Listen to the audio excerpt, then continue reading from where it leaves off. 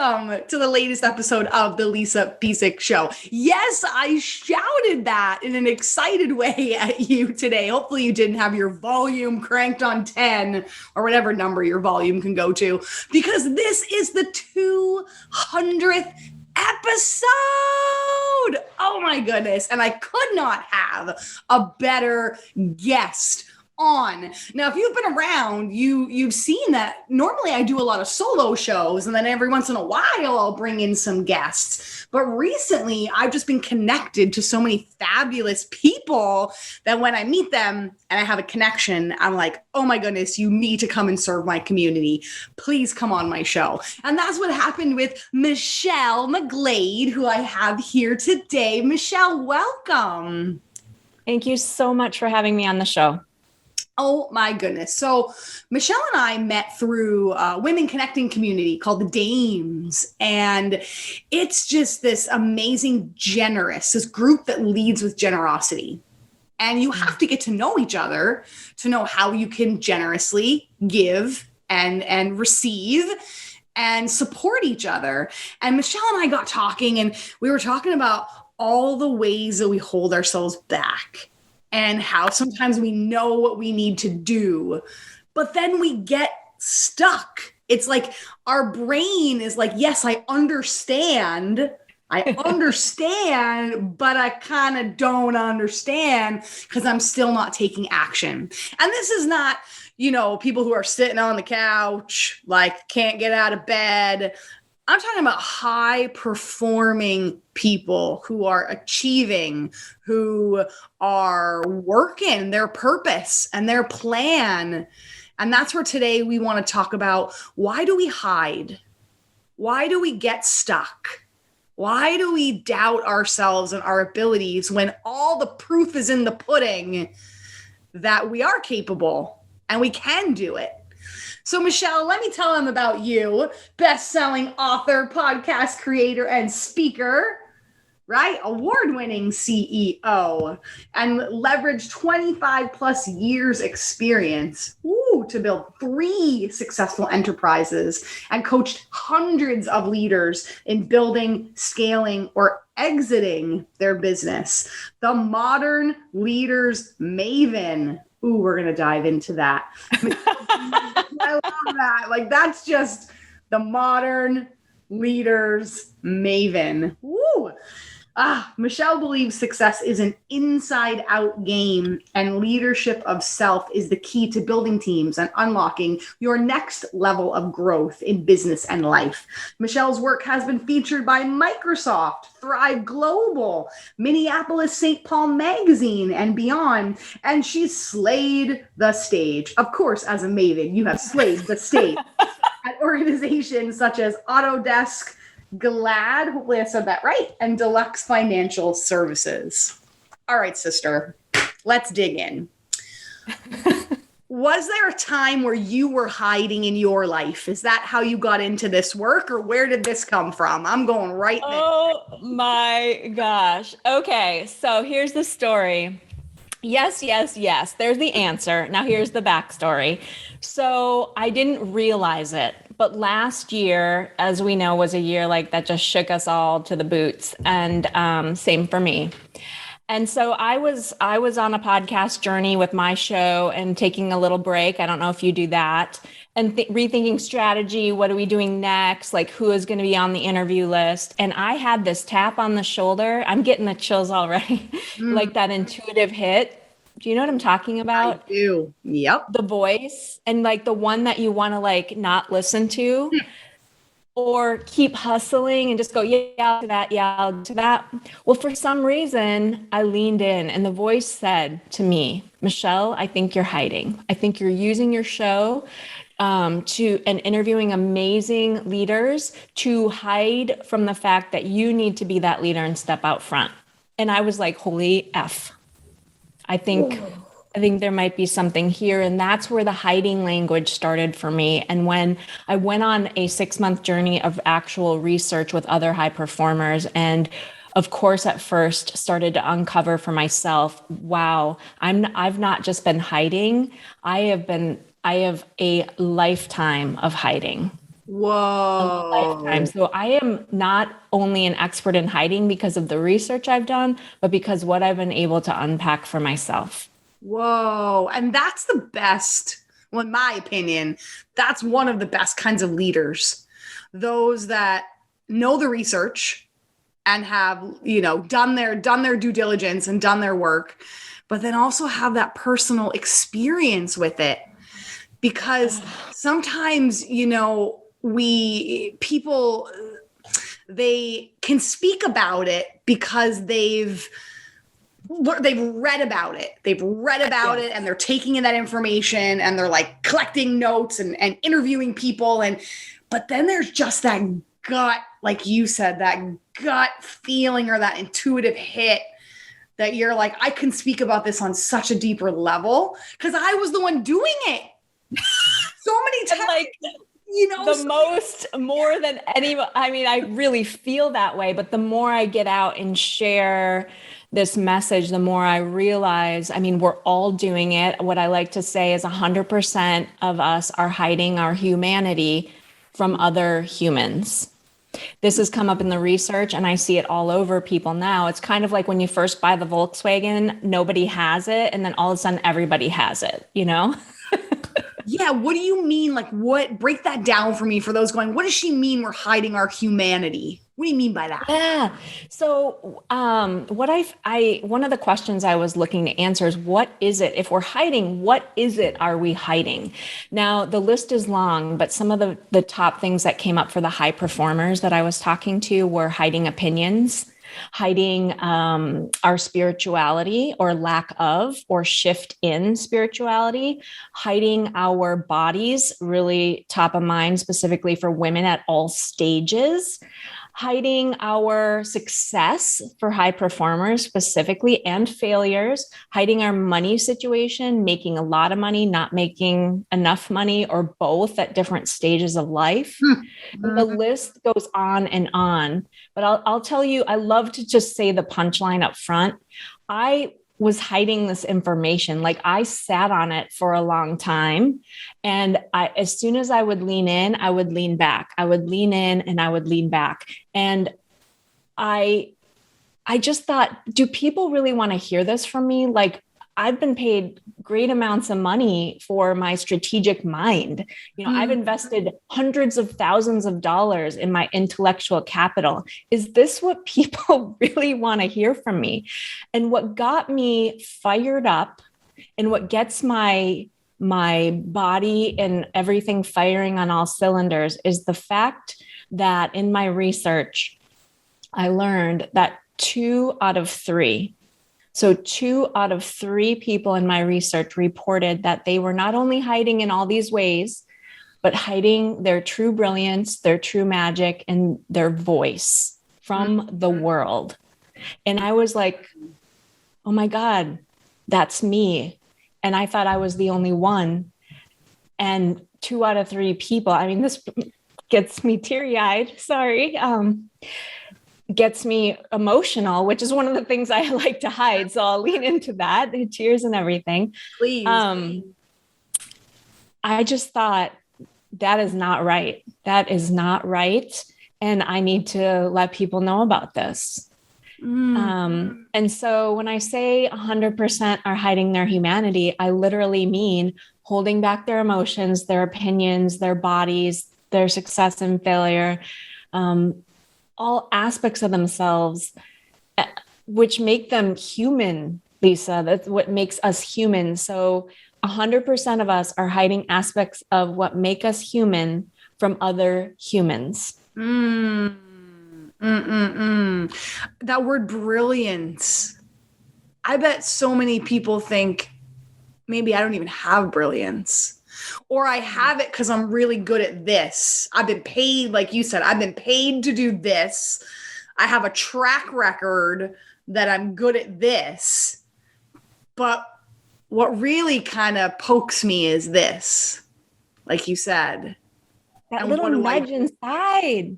That little engine that feels like it's revving, that little so especially because I'm a high performer, I really zone in on that. I really have spent a lot of time to understand that.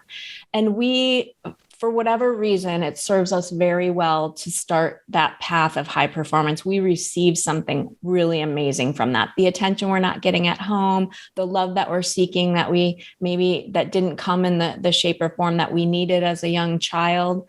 But we start to develop a pattern of living our lives externally. And it feels so, so damn good. We continue what I call the action achievement model. It's just take action, achieve, take action, achieve. And it becomes an engine that starts going so quickly. We don't mean for this to happen, right? We're not planning it, but it's like we stop receiving at some point, even the goodness that comes from it initially. And we're just on this train.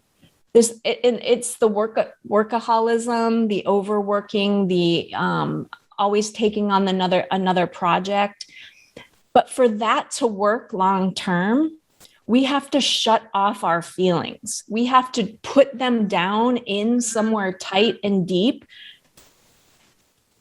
and close it off so we can make that model continue to work for us. And what ends up happening is that will not work forever. You will crash and burn. You will have a tragedy happen in your life and you will basically shut down. Or the way I've seen it happen, I've done all those things, by the way, but the other way that you'll see it happen, so it's not like a dramatic crash and burn of some sort. You'll destroy your marriage. You'll change jobs over and over and over. It'll look like constant pivots in your life. Wow. Normally I have so many things to jump in and say, and I'm literally just letting this information like sink into my brain because gosh, same, Michelle. I can think of so many ways I've done that in my life and probably didn't even have the awareness that I was doing it. I didn't. So listener, if you're going, if you like pulled over the car or you just took a big deep breath, realize that Michelle and I both just said, we've done this too. And Michelle is proof here standing on the other side that you can change and things can change and you can stop hiding. So what's the first thing you did to get you, or maybe, did you do a little bit of, I call it like the cha-cha, like you said, it's like 1 step forward, 2 steps back, 2 steps forward, 1 step back. How did you get that momentum to overcome all of that? Okay, so let me unpack this for you because sometimes telling the end of the story is not always helpful for people. I feel like it's the journey. So when I left corporate, I was at a great place in my career. I wasn't getting to the next level that I wanted and I felt held back. So I jumped in. And it's fun to share for your audience, Lisa, that I actually went into and started a business in an area I'm very passionate about, which is the wellness industry, which I was taking part of since I was 18 because I had a lot of health challenges as a result of all of my hiding. But what I want to say is that I came out with guns a-blazing and I started my first business. I owned wellness clinics and they did very well. I know how to push rocks uphill like nobody's business, like a true high performer. And I used the exact kind of same attitude that I used in corporate and it worked until it didn't work. And I didn't recognize it at that moment. So I didn't recognize that pattern yet. And I ended up putting those businesses up for sale and exiting because that's a much longer story, but basically I was overworked and exhausted. And then I lost my father and all of that together. I couldn't keep doing what I was doing. So guess what I did? I went into coaching and consulting, made a lot of sense, started pushing that business up the hill for about 3 years because it was a totally from brick and mortar to literally digital marketing expert, Yeah. And that ended up crashing and burning in another way, a different way, which was, I don't want this for my life. And I've looked back and I thought, wow, I sure know how to get things started, get them to a certain level, but why do I keep pivoting? And now that I'm seeing this in my entrepreneurial journey, if I look back at even the roles that I had at different companies, I would go up to a certain point, stop myself at a ceiling and pivot and start over. Wow. So I repeated the pattern multiple times. Apparently they were kicking at the door, knocking me over the head. And I mean, the universal energies, and I just was not getting it. Mm-hmm. So it was at that point, I was like, I need to unpack this. I've really learned the importance of I know hustle, I know sales, I know marketing. That's what gets you to the 250 mark. I know all that. Yep. But the missing component has always been that kind of that hookup between the heart and mind, the mindset, the who are you and how does this align to your values and what you want for your life?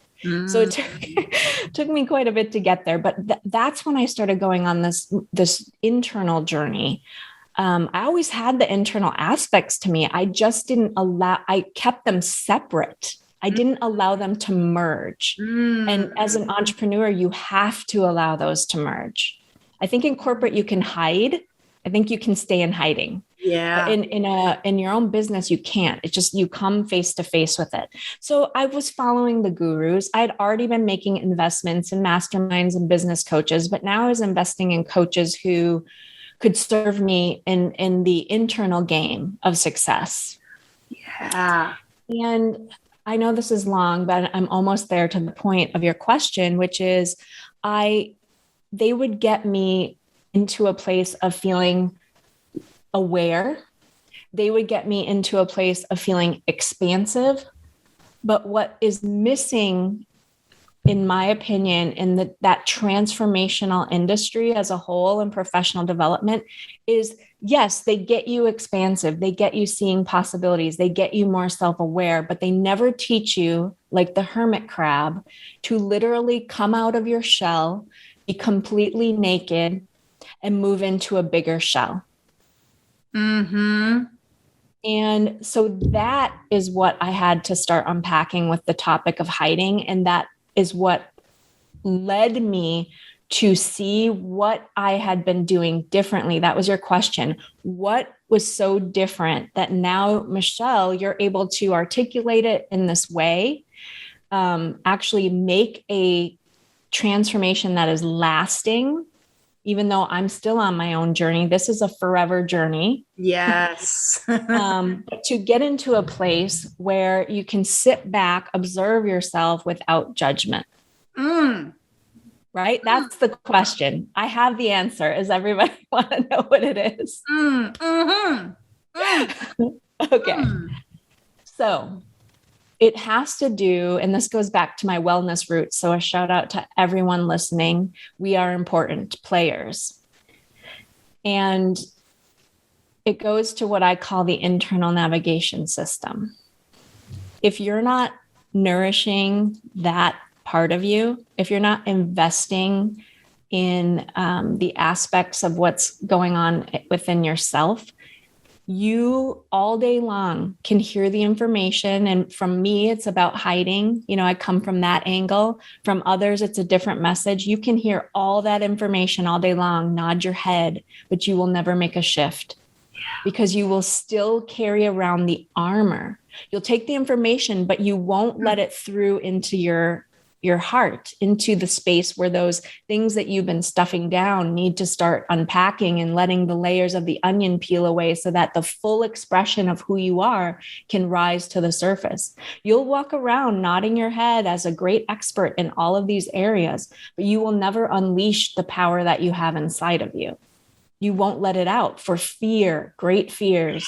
Hiding keeps us very safe for very good reasons. But until you're willing to take a look, you will never tap through that ceiling that you keep hitting.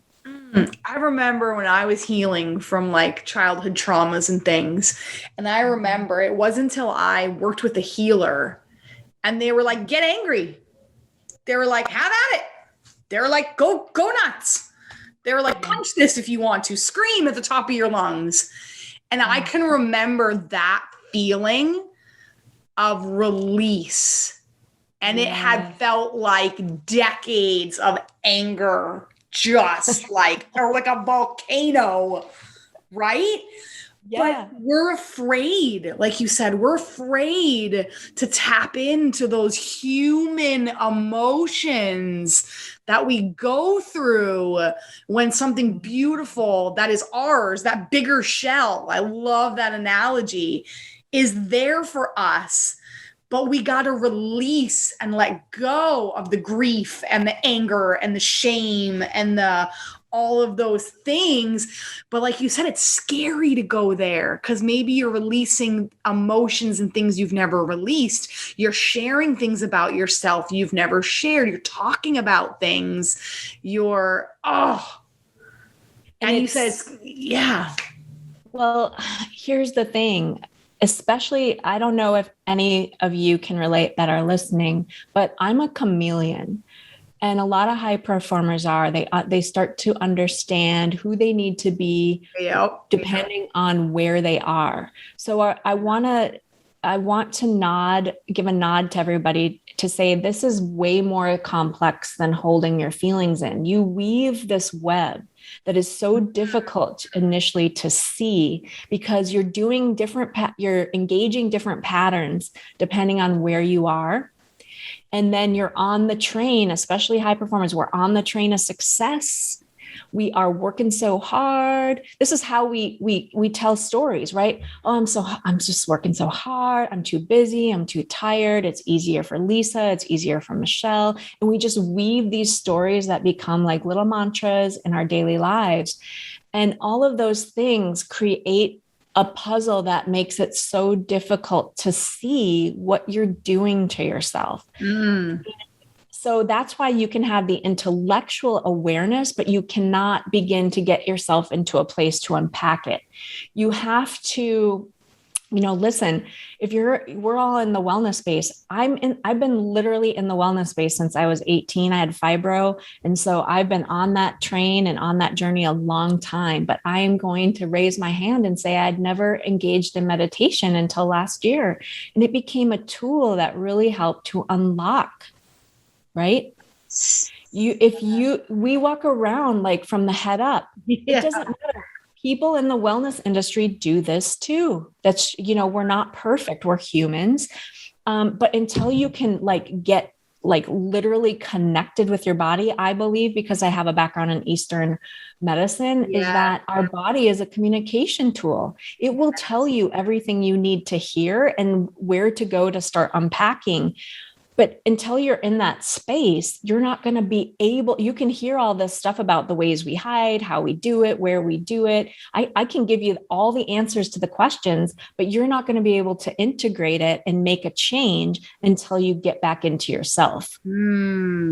That's so true. I actually had somebody use those exact words with me. He literally said to me, you live here to here. You live here to here. And then he said to me, what happened here? And I was like, what are you talking about? I was like, I have an amazing husband. Like, nothing happened here. Like, I'm good. And then he sent me this meditation to start doing at night, this like rest and reset. And I started doing that. And oh man, did so many heart things start coming up for me. Yeah. But I had no awareness. I was like, wait. And I was a little bit like miffed. Like I was like, wait, I don't live from here to here. Like, and it takes a lot to kind of get me like, huh? And I was like, so almost like offended. And then I was like, but you know what? Maybe he's right. Maybe he's right. And I had to surrender to that. Someone else seeing it for me because they wanted to see me grow. They weren't saying that to be like, what's the matter with you? They were like, I see your next hermit crab shell and here's your next place to go. Yes. Go to this. Yes. So and there's all types. What I love about this is that there's all types of tools, right? You can engage with other individuals who can help facilitate the healing process for you. I mean, the issues are all in the tissues. That's why I say your body is the communication tool for you. It will tell you everything you need to know, not just see, we separate it. We think the body is just to inform us about our health and well-being in the mechanics of our body, but it communicates the emotional status. It communicates the spiritual status. And so it's an opportunity for us to receive that information. And sorry, I got myself a little bit off of where I wanted to go, but where I wanted to end with this point is that it's accessible to everyone. Meditation, walks in nature, eating good food, not over, toxifying your body. And here's what I always say when I'm speaking to groups and individuals, especially the high performing type, is then they like to go into the over exercise and, follow some very rigid program. That's not what I'm talking about. Like, I'm, detoxing like sugar and alcohol right now, but I'm not going to the extreme and doing it for a year, I do see the importance of moving my body, but I'm not, at CrossFit every day. Like, I'm listening to what my body wants and needs and honoring myself. I'm going out in nature and walking and listening to what the trees have to say and the birds. It's a connectedness that helps me be more connected within myself.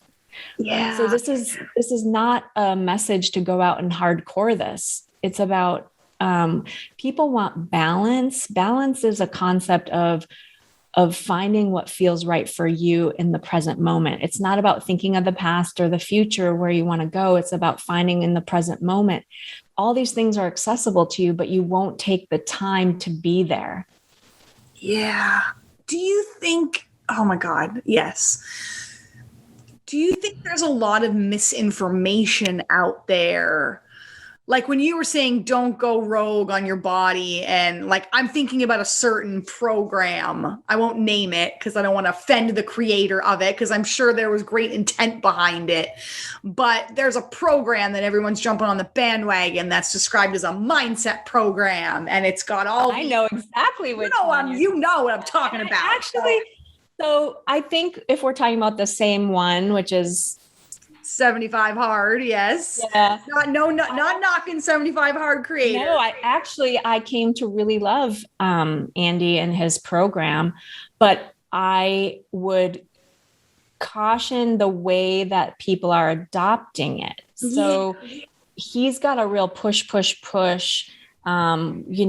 loves the pumping and the hard work. When I actually went through that program, but I was walking in nature once or twice a day instead of going to the gym and CrossFit and like hardcore. I was doing a lot of meditative yoga and journaling. So I took it into the realm of what I'm describing here. I think it's a great idea because it does help to facilitate a commitment to you. Yes. And a mindset of just when you think you can't, you really can. Like, I can't tell you, I've struggled with autoimmune challenges, but also low cortisol, adrenal insufficiency. And I've had orthopedic injury that I could easily tell myself, there's no way I could work out twice a day. There's just no way. But I did it, and it created a level of strength within myself to see that as long as I listened to my body and showed up, and if it took longer to make a walk or I walked less, or I still followed through on the commitment, but I just dialed it back to honor myself. And that is a huge lesson. If you missed it, it's not about it. It's about adopting it by listening to what's happening within you. Yes. And honoring the commitment to you first. You did exactly what I was going to recap that and say the nugget here is listening. You're listening to your body is the guide, and honoring yourself and knowing that at any time you can adapt and change it to what is true to you and what your body is telling you. Yeah. Oh, so here's why this is difficult. We've talked a lot about high performers. We've talked about how this shows up. We talked about the hiding patterns. I want to give you the gold nugget of why you can hear all this, And I want to take it one more layer deeper as to what's really going on. I believe what I've seen in myself and my clients is that I talked about locking the action achievement model and having to lock up feelings and needs, just self needs, like of exhaustion and not stopping, like from the overwork, right? Just ignoring the needs of you emotionally and physically and spiritually and just, I picture it as like this cage around your heart is how I picture it. And it's not just emotions that are screaming to come out. It's your true voice, which is what you feel the nudge to unleash. And why can't you do that with all of the intellectual capital? Because as you go through life, and you don't mean to do this, you continue to send the message that you go last. So then there's a self-worth issue that's a very quiet undercurrent because you're so successful on the outside and you're getting all of the accolades and people are jealous, for lack of a better word, of your amazing life, but you can't feel good about it. And underneath that, when you continue to tell yourself you're not worth it, you start to chip away at trust in yourself. And that's really the root of all evil, of what's going on and why you continue to operate externally and what you're so afraid to unhide. And why maybe you can't get to the next level of success. You can get to 100K, but you can't seem to get to 200 or 250. Or you can get to 250, but you can't break 1 million because you can only get to where you allow it yourself to go. And you stopped at some point and you lost complete trust and faith in who you are. And you sent those messages every day by hiding your opinions, by hiding your emotions, by hiding how you feel about your body, by hiding your success. It's all tiny little decisions that add up to a very, very big, thick layer of armor so that you don't have to see. And that comfort zone just ain't so comfortable anymore. Right. Because we can't, like you said, we can't live forever with that cage around our heart. You're going to become extremely angry and explosive. You're going to keep pivoting and pivoting and pivoting so you don't have to see, or you're going to silently suffer. You're going to be sitting there silently suffering, going, what's wrong with me? Why can't I feel good about all this amazingness? I've never, Michelle, had anyone break this down with such an intellectual way, yet so easily understandable, like so tangible to see it. And that's just such a gift to my community. You're making me emotional now. Because I agree with you. I don't think anyone should ever hide their brilliance. I don't think anyone should ever, because that's what leads to regrets on our deathbed. That's what leads us getting to the end going, I wish I did it different. And now it's too late.